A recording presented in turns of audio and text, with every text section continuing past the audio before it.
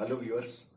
पिछले वीडियो में हम लोगों ने डिस्कस किया था कि बांग्लादेश सीरीज शुरू होने से पहले और ये जो श्रीलंका की सीरीज खत्म हुई है इसके बाद गंभीर के सामने और इंडियन क्रिकेट के सामने क्या क्या प्रॉब्लम्स हैं, तो उसके बारे में हम लोगों ने ठीक ठाक डिस्कशन किया था और आप लोगों के काफी कमेंट्स भी आए हैं।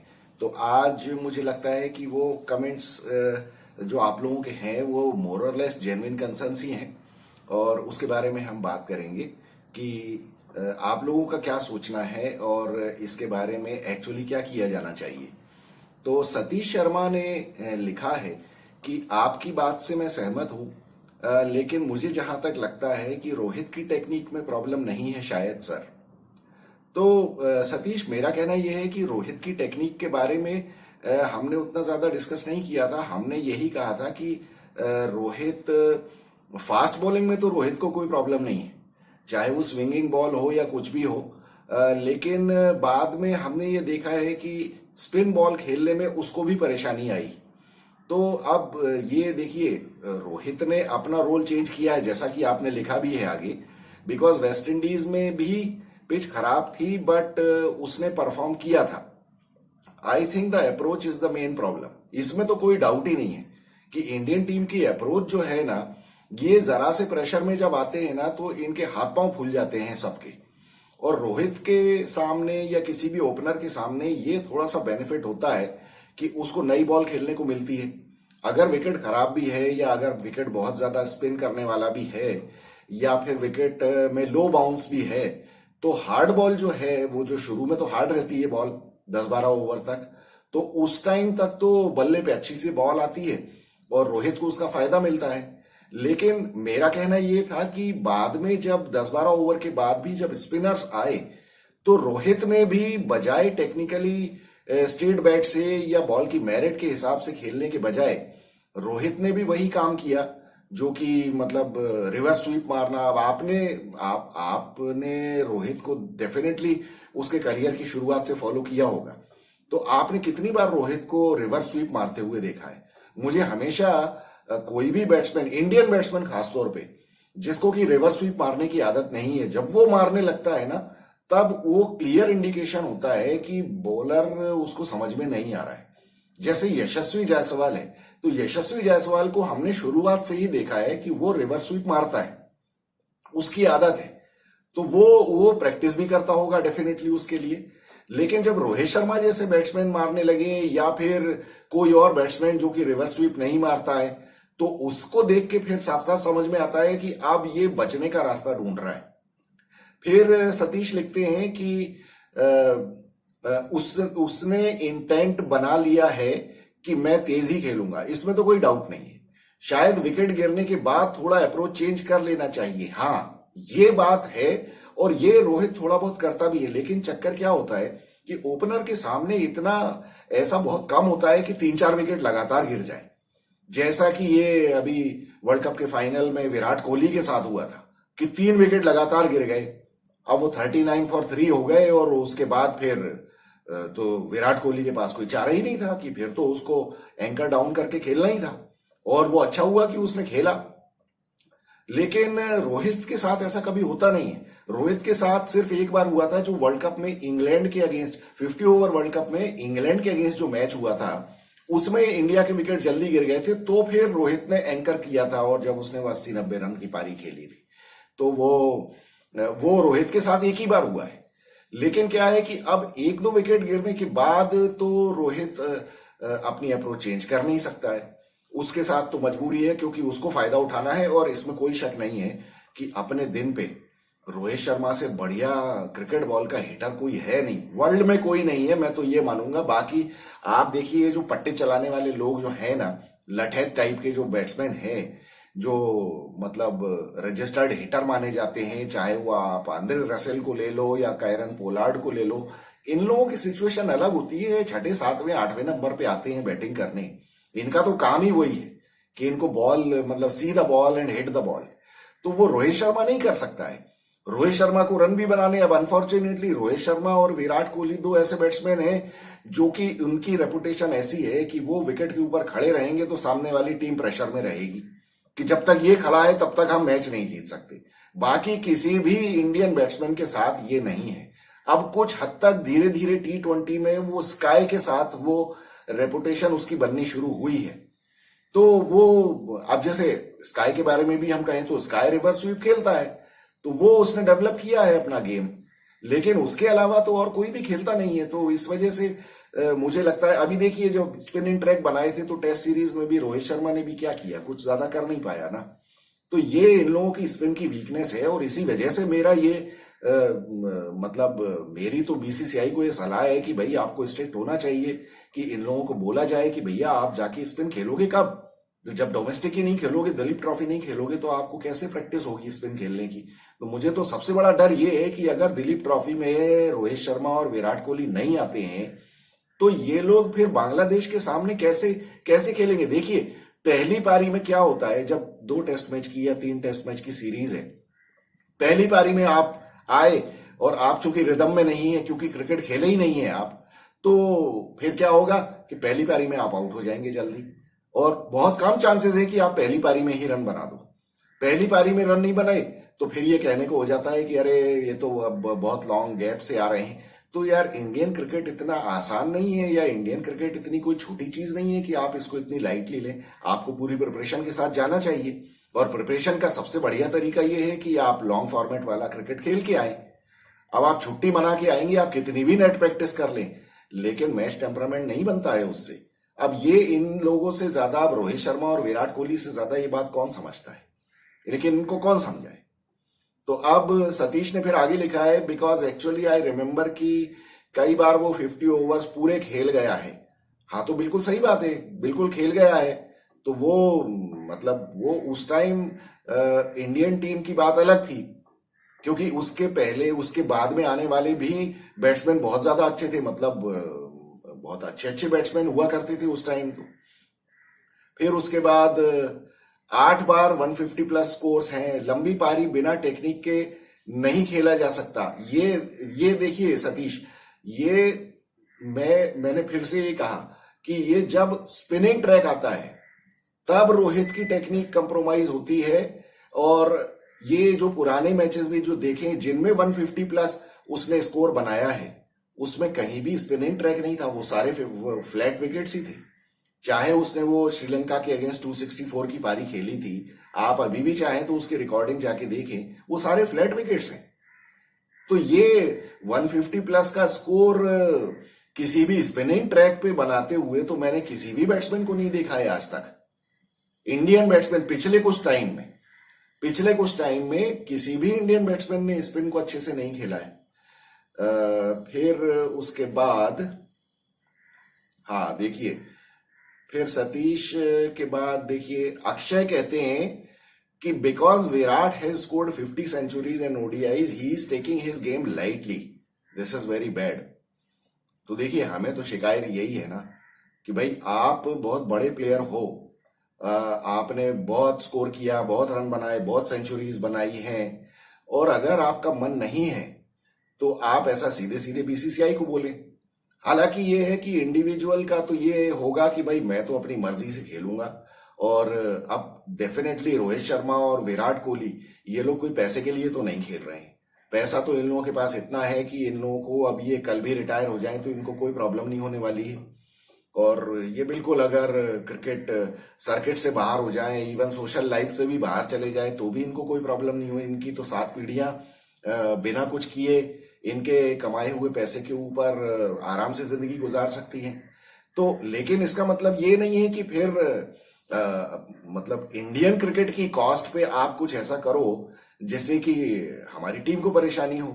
तो मुझे यही लगता है कि जैसे विराट कोहली ने ये जो छुट्टी मांगी है, तो बीसीसीआई को being the boss they shouldn't accept it कि नहीं आप सेंट्रली कॉन्ट्रैक्टेड प्लेयर हो तो आपको खेलना पड़ेगा।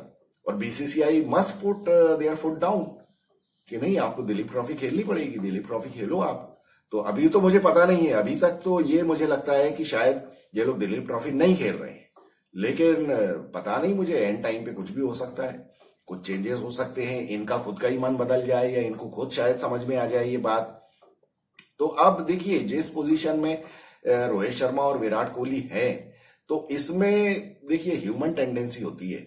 आप और हम भी अगर उनकी जगह होंगे और हमारे बैंक में अगर 1,000 करोड़ रुपया होगा, तो हमारे लिए क्या तो बीसीसीआई और क्या आईसीसी और क्या कोच, हमें क्या लेना देना है? कोई क्या बिगाड़ लेगा हमारा? तो हमारी तो जो मर्जी है हम वो करेंगे। लेकिन यहाँ पे बीसीसीआई को ये स्ट्रिक्ट होना चाहिए कि नहीं, आप खेलोगे यहाँ, तो वो इंडियन क्रिकेट के लिए बीसीसीआई को स्ट्रिक्ट होना चाहिए। फिर देवेंद्र कुमार कह रहे हैं कि हेलो सर, अच्छा लगा आपको सुन के, मुझे भी आप लोगों से बात करके बहुत अच्छा लगा, थैंक यू देवेंद्र।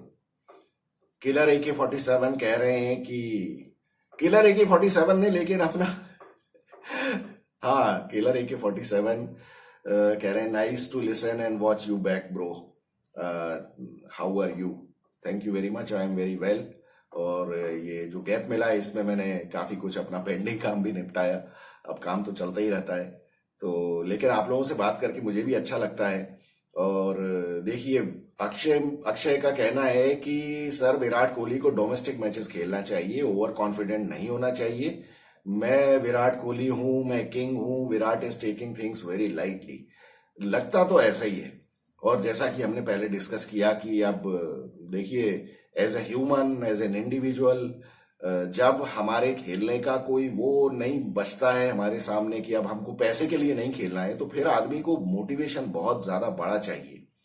अब या तो विराट कोहली को इतना ज्यादा मोटिवेशन हो कि नहीं, मुझे तो अभी 100 सेंचुरीज बनानी ही है और मेरे को तो सारे रिकॉर्ड्स तोड़ देने हैं बैटिंग के। तो विराट कोहली ने टेस्ट मैचेस में वो अचीव नहीं किया है जो उसको एक्चुअली करना चाहिए था। तो मुझे तो यही लगता है कि विराट कोहली को खेलना चाहिए सीरियसली, और उसको सीरियसली अगर 100 सेंचुरीज के बारे में सोचना है तो फिर उसको कंटिन्यूअसली टच में भी रहना चाहिए। इतने लंबे गैप्स अच्छे नहीं है। अब ये तो क्या होता है ये तो हमको पता चल जाएगा। और ये बहुत अच्छी बात है कि बांग्लादेश की टीम कोई ऐसी रन ओवर करने वाली टीम नहीं आ रही है कि जिसको कि मतलब जो पहले आया करती थी कि आप तो बस उसको 3 दिन में ही हरा दोगे। ऐसी टीम नहीं है ये। बांग्लादेश की टीम ऐसी टीम आ रही है कि ये लोग काफी डिटरमिन्ड हैं। ये मुझे किस लिए लगता है, क्योंकि बांग्लादेश ने अभी जो पाकिस्तान को पहला टेस्ट मैच हराया है, इसके बाद जो कुछ विजुअल्स मैंने देखे, मैंने मैच तो नहीं देखा लेकिन जो कुछ विजुअल्स देखे, बांग्लादेश ने कुछ बहुत ओवर द बोर्ड जाके सेलिब्रेट नहीं किया। जबकि बांग्लादेश के लिए ये बहुत बड़ी बात थी, उन्होंने पहली बार पाकिस्तान को टेस्ट मैच में हराया है। तो ये बांग्लादेश के लिए बहुत हिस्टोरिकल अचीवमेंट था। उसके बावजूद भी उनकी टीम ने कोई ऐसा सेलिब्रेशन नहीं किया कि हाँ कोई बहुत मतलब हिस्ट्री बन गई हो और ऐसा है। तो उससे मुझे लगता है कि ये लोग तो ये सोच रहे थे बांग्लादेश के प्लेयर्स कि हम तो इनको हरा सकते हैं। और जब किसी टीम को ये कॉन्फिडेंस होता है कि हम तो इनको हरा सकते हैं, तो फिर वो टीम, इसका मतलब है कि काफी कॉन्फिडेंट है। और जब वो ऐसी कॉन्फिडेंट टीम इंडिया के सामने आएगी तो वो काफी डिटरमिन्ड होंगे कि अब जो पाकिस्तान में हमने किया है हम इंडिया के साथ भी कर सकते हैं। तो इंडिया के लिए बिल्कुल ये लाइटली लेने का मौका नहीं है, बिल्कुल भी लाइटली नहीं लिया जाना चाहिए। क्योंकि अगर ये लोग, देखिए इंडिया के स्पिनर्स, ठीक है इंडिया के स्पिनर्स तो थे ना इंग्लैंड के सामने भी, जब पहला टेस्ट मैच ये लोग हारे थे। तो फिर ऐसे में क्या होगा, अगर आप टॉस हार गए और आपकी पहले फील्डिंग आ गई, चौथी पारी में आपको बॉलिंग करनी पड़ी, तो बांग्लादेश के स्पिनर्स भी आपको नाकों चने चबा सकते हैं। और अगर अच्छे विकेट के ऊपर उनको पहले बैटिंग करने का मौका मिल गया और उन्होंने लंबे रन टांग दिए, जिसकी मुझे उम्मीद थोड़ी कम है, क्योंकि जसप्रीत बुमराह और मोहम्मद सिराज ऐसा उनको करने नहीं देंगे। हमारे स्पिनर्स अगर कोई बहुत ज्यादा न्यूट्रल विकेट है तो फिर उतने ज्यादा इफेक्टिव होते नहीं है, ये हमने देख लिया है। ये दोनों वर्ल्ड टेस्ट चैंपियनशिप के जो फाइनल्स हुए थे उसमें हमने देखा हमारे स्पिनर्स तो बिल्कुल ही जीरो ही हो गए थे, किसी काम के ही नहीं थे। तो वो ऐसा अगर हो गया, ऐसा विकेट बना, तो फिर तो फास्ट बॉलर्स के ऊपर बात आ जाएगी और बैटिंग के ऊपर बात आ जाएगी। तो फिर यहाँ इन लोगों को बैटिंग अच्छी करनी पड़ेगी और बॉलिंग तो इनको खेलनी पड़ेगी। अगर ये टॉस हार गए और चौथी पारी में इनको अगर चेज करना पड़ा या मैच बचाने के लिए खेलना पड़ा, तो बांग्लादेश के स्पिनर्स इनके ऊपर भारी पड़ सकते हैं। कुछ इंटरेस्टिंग क्वेश्चन कमेंट्स में डिस्कस करना चाह रहा था। जो ये श्रीलंका के अगेंस्ट हमारी टीम मैच हारी थी, जो सीरीज हारी थी, उसके टाइम में आदि ने लिखा है कि T20 और IPL खेल खेल के 50 ओवर तक टिकना भूल गए हैं ये लोग। सीधा जो डोमेस्टिक में रेगुलरली लंबे फॉर्मेट में खेल रहे हैं उन्हें लाएं और ये बाकी सब सर चढ़ गए। तो वो लगता तो वही है आदि कि ये लोग मतलब काफी लाइटली लेने लगे और इन्होंने श्रीलंका को वाकई अंडर एस्टिमेट कर लिया।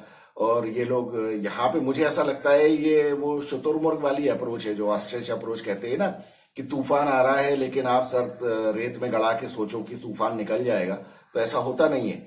और ये बहुत सीरियस प्रॉब्लम मुझे तो दिख रही है इंडियन प्लेयर्स की कि ये लोग स्पिन नहीं खेल पाते हैं। अब ये लोग पता नहीं क्या कर रहे हैं इसके लिए वही वाली बात है कि अब विराट कोहली और रोहित शर्मा क्यों नहीं खेल रहे दिलीप ट्रॉफी, मुझे तो समझ में नहीं आता।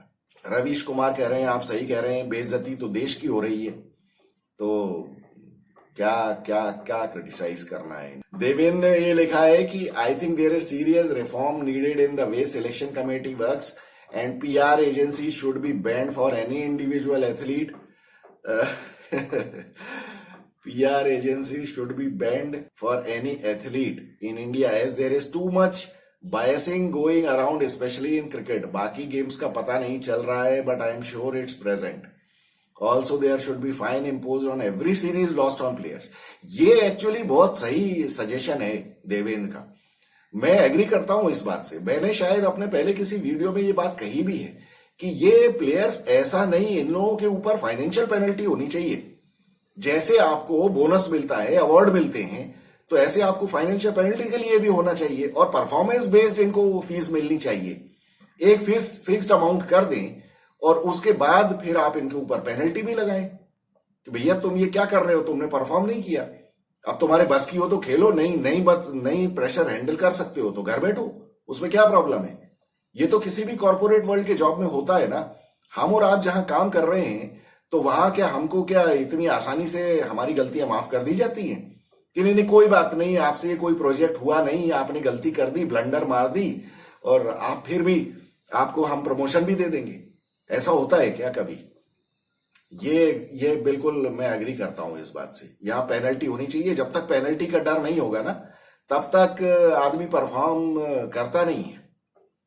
अनफॉर्चुनेट है ये, लेकिन क्या करें, बहुत कम लोग होते हैं जो कि सेल्फ मोटिवेटेड होते हैं, जिनको करना ही होता है।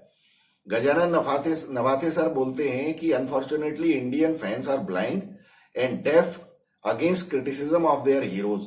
अब हीरोज वर्ड पे तो मेरे को थोड़ा सा रिजर्वेशन है। मैं तो पहले भी कह चुका हूं कि वो मुझे तरस आता है उन लोगों के ऊपर जो क्रिकेटर्स को हीरोज मानते हैं। तो हमारी प्रायोरिटीज ही बहुत अलग है। एज ए कंट्री अगर कोई आदमी कहता है कि ये महेंद्र सिंह धोनी या विराट कोहली या रोहित शर्मा मेरे हीरो हैं, तो मुझे तो मतलब बहुत ही ज्यादा तकलीफ हो जाती है इस बात से कि आजकल के जो बच्चे हैं इनको मालूम ही नहीं है कि हीरोज होते कौन हैं। ये पेरेंट्स को सिखाना चाहिए कि भैया आपका हीरो सरहद पे खड़ा हुआ जवान होना चाहिए, ना कि ये एंटरटेनर्स हैं, इनके अलावा कुछ नहीं है। ये कितने लोग यार क्या देश के लिए क्या ये क्या इनको जो पैसे मिलते हैं इनके पैसे आधे कर दो तो मैं देखता हूं कि कितने लोग देश की बात करते हैं, क्रिकेटर्स की। ये सब बेकार की बातें हैं। कोई भी आदमी जो ये कहता है ना मुझे अपनी कंपनी से प्यार है और ऐसा है वैसा है, मेरा आर्गुमेंट हमेशा यही होता है कि कंपनी से प्यार है कि सैलरी से प्यार है। सैलरी आधी कर दे फिर भी कंपनी से प्यार करोगे क्या? तो ये बात वही है। और फिर नवाते सर लिखते हैं but I like your analysis and sometimes I echoed the same sentiments but my friends didn't like my comments and I also feel that Gambhir can't be made responsible for our loss but all the batsmen and bowlers are responsible। तो ये बात तो सही है कि गंभीर का तो वैसे भी ये पहला असाइनमेंट था। अब गंभीर का पहला असाइनमेंट था तो अब हम ये क्या कह सकते हैं, ये तो लीगेसी उसको मिली है कि राहुल द्रविड़ से, तो अब उसमें गंभीर को क्या कह सकते हैं हम। हाँ, लेकिन अब ये दूसरी सीरीज में क्या करता है, अब यहां से अकाउंटेबिलिटी गंभीर की शुरू हो जाएगी कि आपने देख लिया कि किस तरह से दुर्गति हुई है इंडियन टीम की श्रीलंका में, अब आप क्या कर रहे हो? आपको पता चल गया, जब हमारे जैसे लोगों को पता चल गया है कि इंडियन टीम की वीकनेस क्या है, ये लोग स्पिन नहीं खेल पाते हैं, तो आप क्या कर रहे हो एज ए कोच? तो यहां तो मुझे लगता है कि बीसीसीआई को मतलब गौतम गंभीर को बीसीसीआई को बोलना चाहिए था और गौतम गंभीर को खुद स्ट्रिक्ट होना चाहिए था कि तुम आओ और खेलो, दलीप ट्रॉफी खेलो, मैं भी बैठूंगा देखने के लिए मैच। तो ये करना चाहिए था। चलिए, तो ये सारी बातें हैं कुछ, बाकी तो हम देखेंगे। अब मैं आप लोगों के और कमेंट सुनना चाहता हूं और आप लोग बताइए कि हम लोग और किस बारे में डिस्कस कर सकते हैं, तो हम वीडियो करेंगे उसके बारे में और फिर डिस्कस भी करेंगे। I look forward to hearing from you. This is Vikas Saxena, the biased analyst. Thank you so much.